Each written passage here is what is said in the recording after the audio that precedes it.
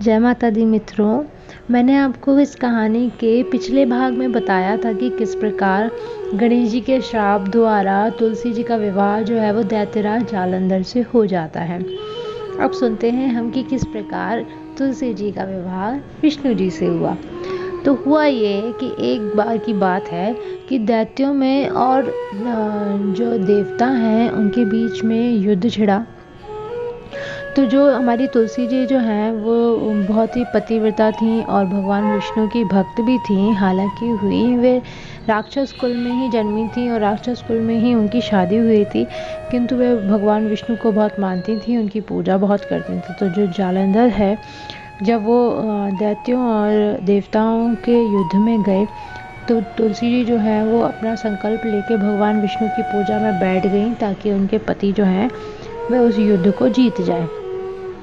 तो हुआ ये कि जो जालंधर हैं वे युद्ध में हार ही नहीं रहे थे।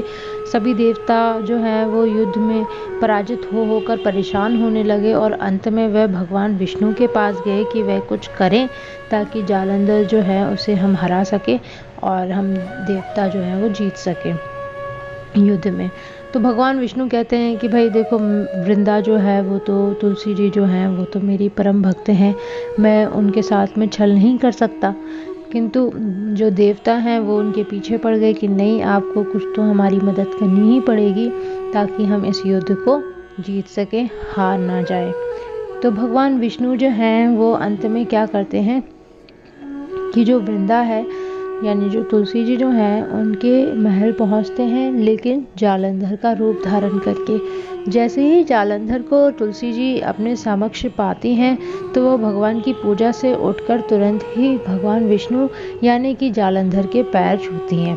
और जैसे ही वो पैर छूती हैं उनका संकल्प टूट जाता है और उस प्रकार जो जालंधर है वो युद्ध में हार जाता है और उसका सर जो है वो देवता काट देते हैं और आके वह सीधे महल में धरती पर पड़ता है। तो तुलसी जी देखती हैं कि नीचे धरती पर भी जालंधर का सिर पड़ा हुआ है और उनके सामने भी जालंधर खड़े हैं। तब ऐसा होने पर भगवान विष्णु जो हैं वह अपने असही रूप में आते हैं और तुलसी जी से कहते हैं कि मैंने आपके साथ में छल किया, जिसकी वजह से तुलसी जी जो हैं वो क्रोधित हो जाती हैं और भगवान विष्णु को श्राप देती हैं कि वह तुरंत पत्थर के हो जाए। तो जब उन्होंने ये श्राप दिया तो हाहाकार मच गया सभी देवताओं में। वो तुलसी जी से जाकर के प्रार्थना करने लगे कि भगवान विष्णु को वापस उनके सही रूप में वे लेके आएँ, उन्हें ये श्राप ना दें। तब करने पर हुआ ये कि भगवान विष्णु जो है वो अपने रूप में आते हैं और जो तुलसी जी जो हैं वो अपने पति जालंधर का सर लेकर के सती हो जाती हैं और जब वो राख रहती है तो उससे तुलसी जी का पौधा जो है वो उत्पन्न होता है। इनका नाम शुरू से वृंदा रहता है, तुलसी नाम उन्हें ये पौधा जब हुआ उसके बाद भगवान विष्णु ने दिया और कहा कि जहाँ जहाँ मेरी पूजा होगी वहाँ वहाँ तुलसी की भी पूजा होगी, मैं अपनी पूजा में तुलसी का होना आवश्यक मानूंगा, तो अनिवार्य मानूंगा। तो इस तरीके से तुलसी जी का जन्म हुआ और साथ ही साथ भगवान विष्णु के साथ इनकी पूजा हुई। इनका विवाह नहीं हुआ था भगवान विष्णु के साथ में, लेकिन क्योंकि उन्हें भगवान विष्णु के साथ ही माना जाता है और भगवान विष्णु ने एक और बात कही थी कि वो जब पत्थर के हुए थे तो वह शालिग्राम भगवान के नाम से हमेशा जाने जाते हैं। जो शालिग्राम नाम के भगवान से आज भी हम अपने घरों में गोल पत्थर की पूजा करते हैं, तो वही हैं भगवान विष्णु।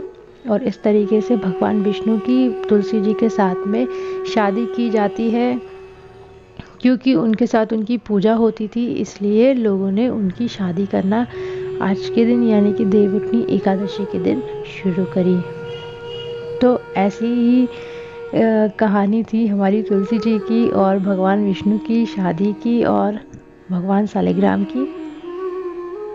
आपको ऐसी ही कई और रोचक कथाएं सुननी हैं या आपको किसी भी पूजा विधि विधान कथा मुहूर्त तिथि इत्यादि के बारे में जानकारी चाहिए है तो मेरे इस चैनल को अवश्य सब्सक्राइब कीजिए, क्योंकि आपको डेली इसमें नए नए वीडियोस मिलेंगे जिससे कि आपको आपकी पूजा में मदद मिलेगी सहायता मिलेगी ताकि आप इन कथाओं को सुन सकें और अपनी पूजा को विधिवत संपन्न कर सकें।